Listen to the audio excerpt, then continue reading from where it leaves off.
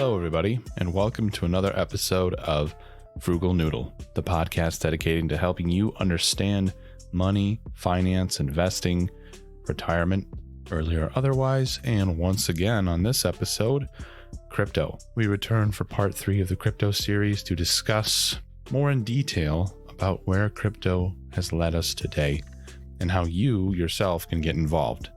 Now, of course, as a disclaimer, I am not a financial advisor, and this is not financial advice.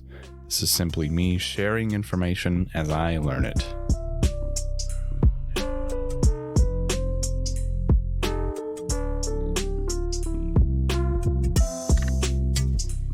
As the other 2 episodes of crypto started, so too shall this one start with some terminology. First, we're going to define DYOR, which stands for do your own research, because you cannot, I repeat, cannot rely on anyone else's due diligence but your own. Even if your best friend, who you believe would never do you wrong, started a cryptocurrency, it's your job to protect yourself in this environment. And when your best friend pulls a rug from under your feet, you can only blame yourself. So BSC is the next term, which stands for Binance Smart Chain, which if you've heard of the exchange Binance, then you already know what that is.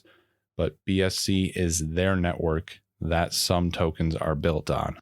And then there's the Ethereum network, which is essentially another network that other tokens are built on. Those are not the only 2, but those are the biggest to talk about in this episode. Now, again, I want to define DYOR, which is, you guessed it, do your own research. Next is KYC. Not KFC, KYC, which is know your customer. This is used by larger exchanges and even some of the smaller ones to guarantee the identity of their customers. And this is a means of preventing fraud or other unlawful acts such as money laundering, corruption, or even funding of terrorist organizations. A lot of new investors tend to gravitate and linger with KYC exchanges, but as you get more involved, you'll find exchanges that really only use your wallet address as a verification for transactions. Now, the next terms are shitcoin or meme coins. These are lower than what is defined as an altcoin, which an altcoin is basically anything that is not Bitcoin.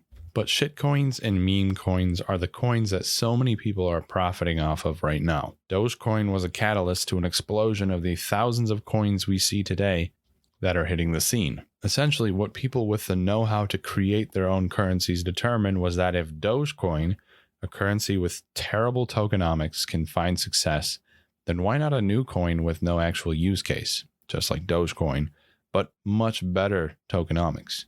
Where Dogecoin suffers is it being inflationary, proof of work, and no function. Where the meme coins we see today differ is that they are often deflationary, proof of stake, usually self-staking, and while most of them are functionless, a rare few do promise a use case in their roadmaps, such as being a charitable token or a coin used for transactions in video games. The dilemmas that meme coins pose are that they are heavily saturating the markets and pulling investors in thousands of directions at once, as well as the potential for scams, which we'll discuss in a little bit. The next term is FUD, F-U-D, which is fear, uncertainty, and doubt, a term that is often thrown about rather loosely in crypto chat rooms. If you even question the potential for a coin to fail, you will be branded a FUDder. Well, maybe I'm just a little hurt from my own experience, but there are legitimate questions that people have, and there are actual FUDders. A FUDder would be someone deliberately sowing doubt about a token that is already anchored in its community and has positive transaction. FUD can be something that you are feeling, but it is often used to drive a coin's price down to create a nicer entry point for new buyers. It can be legitimate concerns or intentional manipulation to improve someone else's position. And the last term I want to define is DYOR, which is don't yell out rambunctiously. Because when you get too rambunctious in a chat room about crypto, I'm just kidding. It's do your own research again for the 3rd time, because I need to drive this one home with everyone. You have to do your own research. So next, let's talk about getting into crypto and how you can by first discussing exchanges. The top exchanges that almost anyone who is interested in crypto, even in the slightest, has heard about are going to be Coinbase and Binance. Now, Coinbase is one of the most popular exchanges in crypto due to its ease of access for new investors. Setting up an account is easy, and exchanging fiat for crypto is as simple as connecting your credit card or bank account. If you're interested in trying Coinbase, I do have an affiliate link in my link tree under the investment section, so it's there if you want to use it. Then there's Binance, which is maybe the most popular exchange in crypto, similarly to Coinbase for its ease of access for new investors, but also because of its diversity in coins and the fact that it is the main place to buy BNB, which is Binance's own currency, which you use to swap for those meme coins we talked about already. I also have an affiliate link in my link tree for Binance if you're interested. Now, some honorable mentions for the top exchanges would be BlockFi, which I've not personally used BlockFi, so can't say much on it, but I know that it is used as a location to invest your crypto and allow others to take crypto loans, where you will then earn interest when they do so from your investments. There's also crypto.com, which is another site I've never used, but I know they've got a really cool metal card for your Bitcoin with perks and whatnot. And if you've watched any YouTube videos about crypto, then you most certainly see the ad for crypto.com that I'm referencing. And then last, I want to talk about Robinhood, because it is technically a popular exchange, but I forgot to explain why you wouldn't want to use Robinhood in my last episode when I brought it up. So I will never buy from Robinhood again, crypto or stocks, but especially crypto. And the reason for that is because when you buy a cryptocurrency, buy being in quotation marks, you are actually only paying for access to the coins in Robinhood's own wallet. You can never withdraw the coins you paid for from Robinhood. Simply put, you don't own the coins that you pay for on Robinhood. That issue aside, if you've been following the GameStop and AMC saga at all, you're probably also aware of Robinhood's blatant manipulation of the market by blocking investors from buying when particular assets are popular. I've been hurt by Robinhood, so this is all just me venting, but if you DYOR, you'll probably find it best to avoid them as well. Okay, so those are the major exchanges that I wanted to talk about. The easiest way for you to get involved on those exchanges is to follow any of their sign-up process that is necessary. Coinbase and Binance both being a KYC exchange, you're going to have to provide a lot of information up front, namely accurate information on who you are and where you're banking. It's the only way to sign up with them. And once you do that, you should have no issue signing up with them and beginning to purchase crypto through them. Now, in a little bit, we'll get more into when you buy currency through those exchanges, sending them to a wallet to then exchange on other exchanges that you can't necessarily buy crypto through just by spending fiat money. Speaking of other exchanges that you cannot buy currencies on just through fiat money, let's talk about some lesser known exchanges. And by lesser known, I mean the barrier for entry is higher because of the steps needed to begin swapping on these exchanges. Essentially, you're going to need to buy your currencies in a well-known exchange, such as Binance, and send the currency from Binance's wallet, exchange wallet, and send that over to whichever wallet you intend to buy on whatever network. It depends on the network you want to buy on. So for instance, a lesser known exchange would be PancakeSwap. It's more known now than it was before, but it's a go-to spot for all of the low cap coins that keep showing up on the market and those that thrive on the Binance Smart Chain. This is your Feta, your SafeMoon, Bonfire, or NFT art. And forgive me for the not safe for work coin, but also Rocket. It's a very popular one right now. Those are all on the Binance Smart Chain or BSC network, which PancakeSwap deals in directly.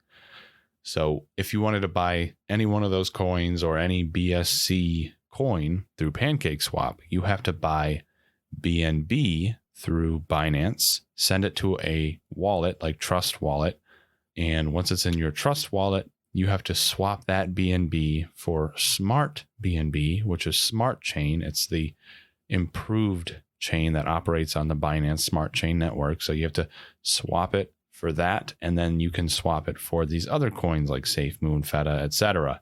People often buy on Binance BNB, send it to their Trust wallet, and then they try to buy whatever currency they're looking for on PancakeSwap, and they miss that very important and confusing step, swapping your BNB for Binance Smart Chain. Now, if you're not buying a coin on the Binance Smart Chain network, and rather you're wanting to deal in the Ethereum network, for example, there is Uniswap, which it's just like Pancake, but it deals in Ethereum coins. So you would buy Ethereum through Binance, again, send it over to your wallet. In this case, I use MetaMask. You don't have to swap your Ethereum for a new Ethereum like Smart Chain, although there is Ethereum 2.0 coming out. So when that does happen, you may have to swap it for 2.0. But right now you don't, and you would essentially buy Ethereum on Binance, send it to your MetaMask wallet, and go into Uniswap in the app on MetaMask, connect your wallet, and swap it for whatever coin you're looking at. Right now, I'm dealing in Doge, which is the improved version of Doge. Now, the easiest distinction between Binance Smart Chain network coins and Ethereum network coins is the gas fees, which is why so many coins are being thrown into the Binance Smart Chain network, whereas some are just kind of trickling through the Ethereum network. There's a lot coming through the Ethereum network, but a lot of these meme coins that you keep seeing are mostly on the BSC network because people are more willing to invest in BSC coins due to the lower fees to swap for them. On Ethereum, during the peak hours of trading, sometimes you'll be charged fees of like $80. And the fees on either network are basically to pay the miners that are validating the transactions. It gets dispersed among them as every transaction that comes through is validated. So Ethereum network is a higher workload. The people that are validating it, they get more payout for it. BSC has a lighter workload, therefore it charges less of a fee. So the temptation to start a coin on the BSC network is much higher, especially if your coin isn't necessarily founded in any use case necessarily.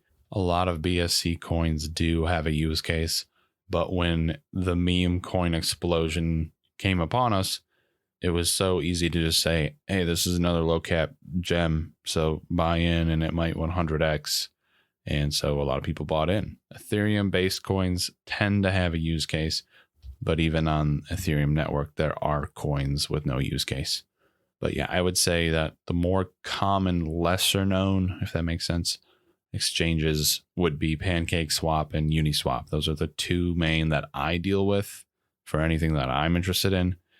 Some other lesser known exchanges that are somewhat more popular, I guess, would be like KuCoin and Whitebit, exchanges like that. There's exchanges that are mainly for pre-sale, which a lot of these newer coins have, where you sign up or you get involved early enough, you can get in on the pre-sale so you can buy the coin before it actually launches. And when it launches, you get to recognize any of the gains or losses that follow. I personally have not taken part in any pre-sale. The communities I'm involved in have really scared me of it. There's been a lot of times where people have complained of a pre-sale going completely south, buying coins and it never launches, or when it does launch, they can't withdraw, which I'll define what that is in a minute, and times where they buy it and it just completely plummets. So I already kind of explained how you would buy a coin like Ethereum or Binance BNB, swap them over to your Trust wallet or MetaMask to swap then in PancakeSwap or Uniswap for a lot of these low cap coins that you keep seeing about if you're interested in crypto enough. But what I really think we could all benefit from is knowing how to protect ourselves in crypto a little more. Now, one of the first things that you should learn and get used to is using your wallet. There are many wallets out there and they come in many forms. I've already explained that in episode 2. But what I think people new to crypto need to understand is just how to be the most secure with their wallet. if you're doing a cold wallet, physical wallet, or whatever that's not directly connected to the internet, that is one of the safest ways to do it. But if you're doing a hot wallet or a wallet that's in an app, just make sure that you go into the settings for that wallet and you completely overhaul the security in any way you can. Make sure you add, a PIN or biometrics as a login. Don't just use the app and trust that it's going to be secure. There have been many cases where Trust Wallet, MetaMask, or Exchange wallets have been breached and people have lost tens of thousands, hundreds of thousands of dollars. So don't rely on the base level of security. Always put more in if you can. If you can put in two-factor authentication, do that. There are ways that wallets do get attacked. One example would be what is called dusting, which is essentially when a wallet receives a currency that it didn't have in it before. So if someone looks at your contract address for your wallet, drops in some currency of, XYZ coin, whatever, and it's the small amount that you might see as a wallet holder, and then it's kind of like a backdoor to observe where your wallet is interacting, and then eventually the security of your wallet is easier to breach. I don't fully understand it. Anyways, dusting is basically this backdoor way of getting information on your wallet in the hands of whoever dusted you to eventually breach your wallet and steal whatever you have inside of it. Hasn't happened to me. I don't think it happens to people often, but it does happen. Now, the other ways that I've heard of wallets being breached is if you're using Trust Wallet, for example, and you're using PancakeSwap, you log your wallet into PancakeSwap whenever you want to do a swap. People don't forget to log their wallet out of PancakeSwap when they're done with their transaction. And I've heard that this is a way for your wallet to kind of have a bridge to the internet, live and active, and people, hackers, whatever, find a way to essentially use that as a backdoor into your wallet and pull out whatever they want, which is often all of your money. I've heard of the same thing happening on MetaMask where you don't disconnect your wallet from Uniswap. So number one tip, and what I do all the time, is if I'm ever doing a transaction on PancakeSwap through Trust Wallet, Uniswap through MetaMask, I just make sure that I log out through the browser that's within the app. I log out my Trust Wallet from Pancake or MetaMask from Uniswap. Haven't had anything bad happen to me, so I think I'm doing it right. But even if you do it all right, there's still a chance that something can happen to your money, to your currencies, or whatever you're storing in your wallet. And for that reason, I think having eggs in different baskets is always a good idea. Have multiple wallets. You can set up as many wallets as you want through Trust Wallet, MetaMask, or whatever service you're using. All you have to do is make sure you're keeping track of those seed phrases. Put them somewhere safe. Be sure to actually write them down.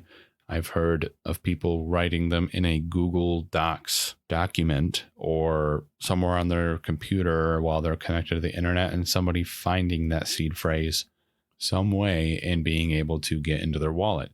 So don't put it anywhere that the internet will somehow be connected to. There's a lot of phishing sites out there that fake the website of the coin you're interested in, or maybe they're not even related to crypto, the website, but they're still a phishing site, just hoping that you might be using some wallet app on your phone or browser and find a backdoor into it to steal whatever you have. So just be mindful, be wary. Even if you're looking into something on the internet that's not necessarily related to crypto, doesn't mean that there's not some sort of phishingware or fishware trying to get into your wallet. And for that reason, I think having all the extra layers of security helps. Making sure to log out helps. But back to the seed phrase, just make sure you write it down, put it in a couple places so that you don't lose it in case you do choose to disconnect your wallet. Because if you disconnect completely or delete an app or whatever, or sometimes the app itself will just reset and you need to re-enter that seed phrase, don't lose it. People have lost millions, hundreds of millions of dollars because they lost their seed phrase, mostly relating to Bitcoin, but don't lose it. Now, some other things that you need to protect yourself against in crypto, and mainly pertaining to buying a lot of these low cap coins that just show up and have promises to 100x or whatever. Just be aware that nobody's out here to make you money. They're out there to make money off of you, just like you're out there to make money off of others buying these coins. So make sure to DYOR, do your own research, because only your research can protect you. Now, some terms that will come up when you get involved in communities related to these low cap coins, when there's a scam involved. There's rug pulls, which is essentially, there's a pre-sale and a bunch of people buying in, and this coin is spiking within the first few hours of launching, and then all of a sudden it drops to zero. It's gone. The coin disappears. When a rug pull happens, it's because the people behind the development of it, they built up the hype, they got what they wanted, people came in and spent money, they pulled the rug, and now you are in the negative, or worse, you can't even find the contract anymore because it's pulled off the network. I haven't been involved in any crypto where the coin actually gets pulled off the network. However, I have invested in coins where the rug was pulled and the floor dropped out from beneath where I invested. So definitely lost money on those instances. Now, another common term or scam is referred to as a honeypot. A honeypot, if you imagine a bear sticking its paw in a honeypot, the problem is that the bear can't get its paw out. So in this situation of a honeypot, for some reason, you invest into the coin, but you can't swap it back for any currency when you want to realize any profits. And so essentially the creator of that coin watches it go up and up and up. And as more people invest, not realizing that it's a honeypot, by the time it slows down, they've gotten what they wanted. They pull out all their money and nobody else can pull out theirs. I have not had that happen to me, but that would be very sad, very sad.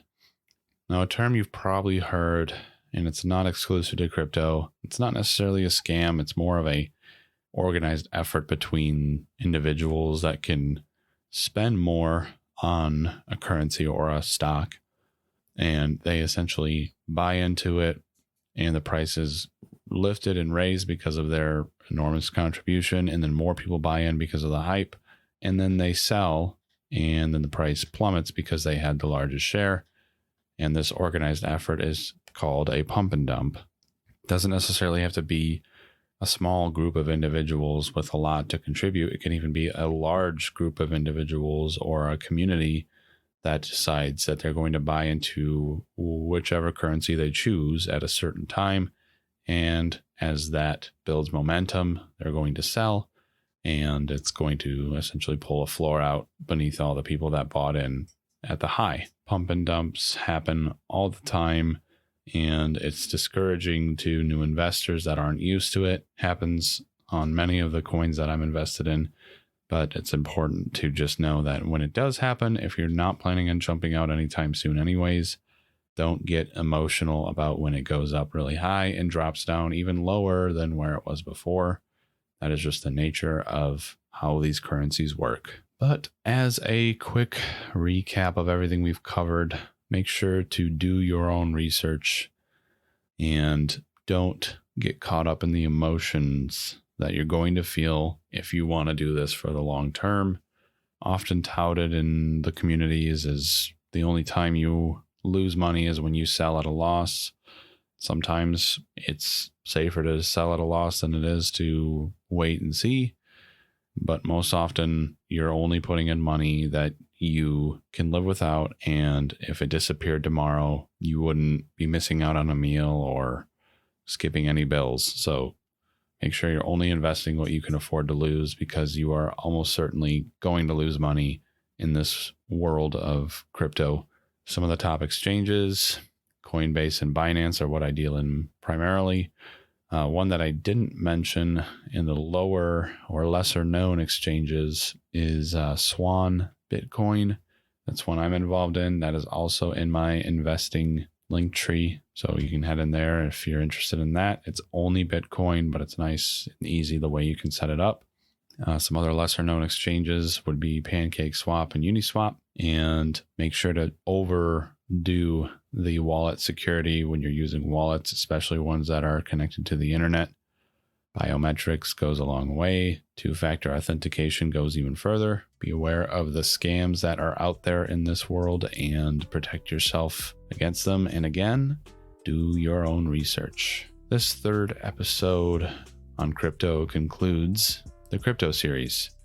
And I know there is so much more I could have covered, and I'm sure eventually I will. But I really think this is a good foundation for anyone just starting or even already a little involved but curious about some of the terminology or where some of these other currencies are.